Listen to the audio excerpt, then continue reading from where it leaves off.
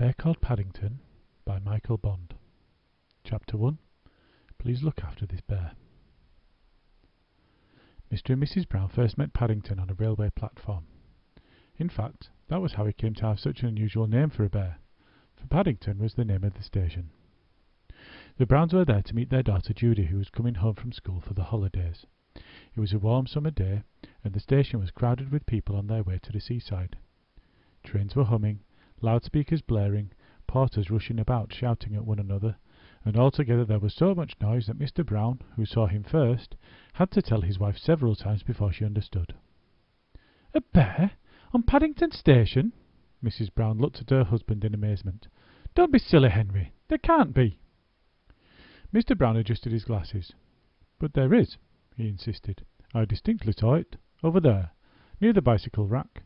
It was wearing a funny kind of hat." Without waiting for a reply, he caught hold of his wife's arm and pushed her through the crowd, round a trolley laden with chocolate and cups of tea, past a bookstall, and through a gap in a pile of suitcases towards the Lost Property Office. "There you are," he announced triumphantly, pointing towards a dark corner. "I told you so."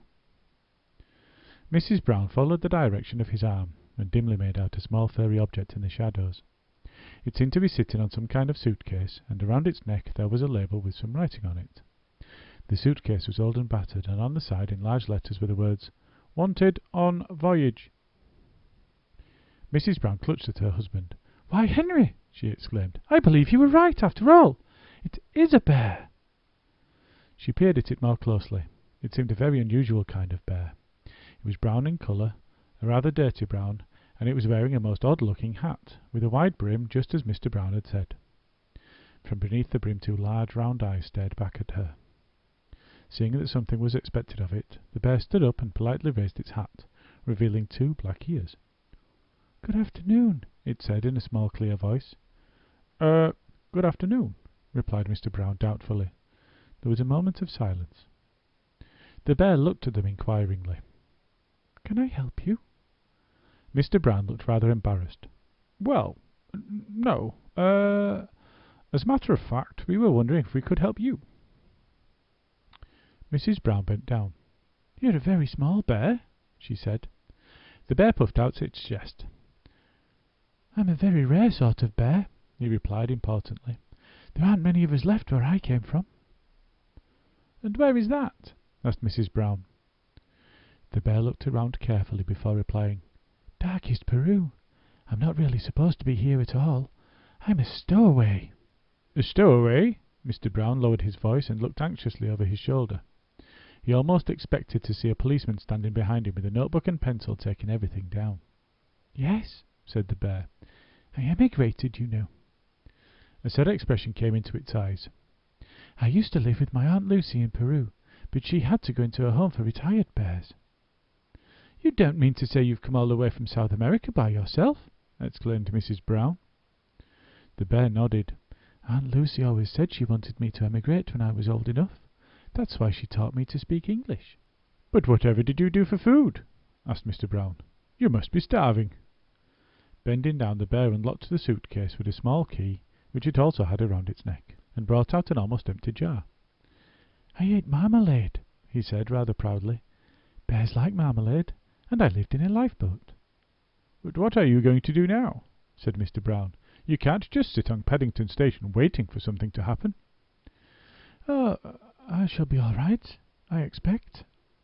The bear bent down to do up its case again. As he did so, Mrs. Brown caught a glimpse of the writing on the label. It said, simply, "Please look after this bear. Thank you." She turned appealingly to her husband. "Oh, Henry, what shall we do? We can't just leave him here. There's no knowing what might happen to him. London's such a big place when you've nowhere to go. Can't he come and stay with us for a few days?" Mr. Brown hesitated. "But, Mary dear, we can't take him. Not just like that. After all." "After all what?" Mrs. Brown's voice had a firm note to it. She looked down at the bear. "He is rather sweet, and he'd be such company for Jonathan and Judy, even if it's only for a little while. They'd never forgive us if they knew you'd left him here." "It all seems highly irregular," said Mr. Brown doubtfully. "I'm sure there's a law about it." He bent down. Would you like to come and stay with us? He asked. That is, he added hastily, not wishing to offend the bear, if you've nothing else planned. The bear jumped and his hat nearly fell off with excitement. Oh, yes, please. I should like that very much. I've nowhere to go and everyone seems in such a hurry. Well, that's settled then, said Mrs. Brown, before her husband could change his mind. And you can have marmalade for breakfast every morning, and... She tried hard to think of something else the bears might like. Every morning? The bear looked as if it could hardly believe its ears. I only had it on special occasions. Marmalade's very expensive in darkest Peru. Then you shall have it every morning starting tomorrow, continued Mrs. Brown, and honey on Sunday. A worried expression came over the bear's face. Will it cost very much? He asked. You see, I haven't very much money. Of course not. We wouldn't dream of charging you anything. We shall expect you to be one of the family, shan't we, Henry? Mrs. Brown looked at her husband for support. Of course, said Mr. Brown. By the way, he added, if you are coming home with us, you'd better know our names. This is Mrs. Brown, and I am Mr. Brown. The bear raised its hat politely, twice. I haven't really got a name, he said. Only a Peruvian one, which no one can understand. Then we'd better give you an English one, said Mrs. Brown. It'll make things much easier.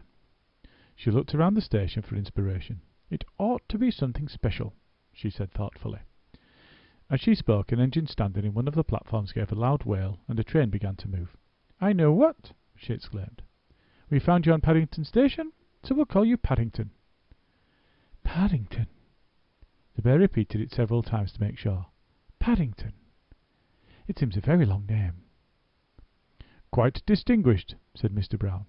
Yes, I like Paddington as a name. Paddington it shall be. Mrs. Brown stood up. Good. Now, Paddington, I have to meet our little daughter Judy off the train. She's coming home from school. I'm sure you must be thirsty after your long journey, so you go along to the buffet with Mr. Brown and he'll buy you a nice cup of tea. Paddington licked his lips. I'm very thirsty, he said. Seawater makes you thirsty. He picked up his suitcase, pulled his hat firmly down over his head, and waved a paw politely in the direction of the buffet. After you, Mr. Brown. Thank you, Paddington, said Mr. Brown. Now, Henry, look after him, Mrs. Brown called after them, and for goodness sake, when you get a moment, take that label off his neck. It makes him look like a parcel. I'm sure he'll get put in a luggage van or something if a porter sees him. The buffet was crowded when they entered, but Mr. Brown managed to find a table for two in a corner. By standing on a chair, Paddington could just rest his paws comfortably on the glass top. He looked around with interest while Mr. Brown went to fetch their tea. The sight of everyone eating reminded him of how hungry he felt. There was a half-eaten bun on the table, but just as he reached out a paw, a waitress came up and swept it into a pan. You don't want that, dearie, she said, giving him a friendly pat. You don't know where it's been. Paddington felt so empty he didn't really mind where it had been, but he was much too polite to say anything. Well, Paddington, said Mr. Brown as he placed two steaming cups of tea on the table and a plate piled high with cakes. How's that to be going on with? Paddington's eyes glistened. It's very nice, thank you, he exclaimed, eyeing the tea doubtfully. But it's rather hard drinking out of a cup. I usually get my head stuck, or else my hat falls in and makes it taste nasty. Mr. Brown hesitated. Then you'd better give your hat to me. I'll pour the tea into a saucer for you. It's not really done in the best circles, but I'm sure no one will mind just this once. Paddington removed his hat and laid it carefully on the table, while Mr. Brown poured out the tea. He looked hungrily at the cakes, in particular at a large cream and jam one which Mr. Brown placed on a plate in front of him. There you are, Paddington, he said. I'm sorry they haven't any marmalade ones, but they were the best I could get. I'm glad I emigrated, said Paddington as he reached out a paw and pulled a plate nearer. Do you think anyone would mind if I stood on the table to eat? Before Mr. Brown could answer, he had climbed up and placed his right paw firmly on the bun. It was a very large bun, the biggest and stickiest Mr. Brown had been able to find, and in a matter of moments most of the inside found its way onto Paddington's whiskers. People started to nudge each other and began staring in their direction. Before Mr. Brown could answer, he had climbed up and placed his right paw firmly on the bun. It was a very large bun, the biggest and stickiest Mr. Brown had been able to find, and in a matter of moments most of the inside found its way onto Paddington's whiskers. People started to nudge each other and began staring in their direction. Mr. Brown wished he'd chosen a plain ordinary bun, but he wasn't very experienced in the ways of bears. He stirred his tea and looked out of the window, pretending he had tea with the bear on Paddington Station every day of his life. "Henry!" The sound of his wife's voice brought him back to earth with a start. "Henry, whatever are you doing to that poor bear? Look at him. He's covered all over with cream and jam." Mr. Brown jumped up in confusion. "He seemed rather hungry," he answered lamely. Mrs. Brown turned to her daughter. "This is what happens when I leave your father alone for 5 minutes." Judy clapped her hands excitedly. "Oh, Daddy, is he really going to stay with us?" "If he does," said Mrs. Brown, "I can see someone other than your father will have to look after him. Just look at the mess he's in." Paddington, who all this time had been too interested in his bun to worry about what was going on, suddenly became aware that people were talking about him. He looked up to see that Mrs. Brown had been joined by a little girl, with laughing blue eyes and long fair hair. He jumped up, meaning to raise his hat, and in his haste slipped on a patch of strawberry jam, which somehow or other had found its way onto the glass tabletop. For a brief moment he had a dizzy impression of everything and everyone being upside down. He waved his paws wildly in the air, and then, before anyone could catch him, he somersaulted backwards and landed with a splash in his saucer of tea. He jumped up even quicker than he had sat down, because the tea was still very hot, and promptly stepped into Mrs. Brown's cup. Judy threw back her head and laughed, until the tears rolled down her face. "Oh, Mummy, isn't he funny?" she cried. Paddington, who didn't think it at all funny, stood for a moment with one foot on the table and the other in Mr. Brown's tea. There were large patches of white cream all over his face, and on his left ear there was a lump of strawberry jam. "You wouldn't think," said Mrs. Brown, "that anyone could get into such a state with just one bun." Mr. Brown coughed. He had just caught the stern eye of a waitress on the other side of the counter. "Perhaps," he said, "we'd better go. I'll see if I can find a taxi." He picked up Judy's belongings and hurried outside. Paddington stepped gingerly off the table and, with a last look at the sticky remains of his bun, climbed down onto the floor. Judy took one of his paws. "Come along, Paddington. We'll take you home and you can have a nice hot bath. Then you can tell me all about South America. I am sure you must have had lots of wonderful adventures." "I have," said Paddington earnestly. "Lots. Things are always happening to me. I'm that sort of bear." When they came out of the buffet, Mr. Brown had already found a taxi and he waved them across. The driver looked hard at Paddington, and then at the inside of his nice, clean taxi. "Bears is extra," he said gruffly. "Sticky Bears is twice as much again." "He can't help being sticky, driver," said Mr. Brown. "He's just had a nasty accident." The driver hesitated. "All right, hop in. But mind none of it comes off on me interior. I only cleaned it out this morning." The Browns trooped obediently into the back of the taxi. Mr. and Mrs. Brown and Judy sat in the back, while Paddington stood on a tip-up seat behind the driver so that he could see out of the window. The sun was shining as they drove out of the station, and after the gloom and the noise, everything seemed bright and cheerful. They swept past a group of people at a bus stop, and Paddington waved. Several people stared, and one man raised his hat in return. It was all very friendly. After weeks of sitting alone in a lifeboat, there was so much to see. There were people and cars and big red buses everywhere. It wasn't a bit like darkest Peru. Paddington kept one eye out of the window in case he missed anything. With his other eye, he carefully examined Mr. and Mrs. Brown and Judy. Mr. Brown was fat and jolly with a big moustache and glasses, while Mrs. Brown, who was also rather plump, looked like a larger edition of Judy. Paddington had just decided he was going to like staying with the Browns, when the glass window behind the driver shot back and a gruff voice said, "Where did you say you wanted to go?" Mr. Brown leaned forward. "Number 32, Winter Gardens." The driver cupped his ear with one hand. "Can't hear you," he shouted. Paddington tapped him on the shoulder. "Number 32, Winter Gardens," he repeated. The taxi driver jumped at the sound of Paddington's voice and narrowly missed hitting a bus. He looked down at his shoulder and glared.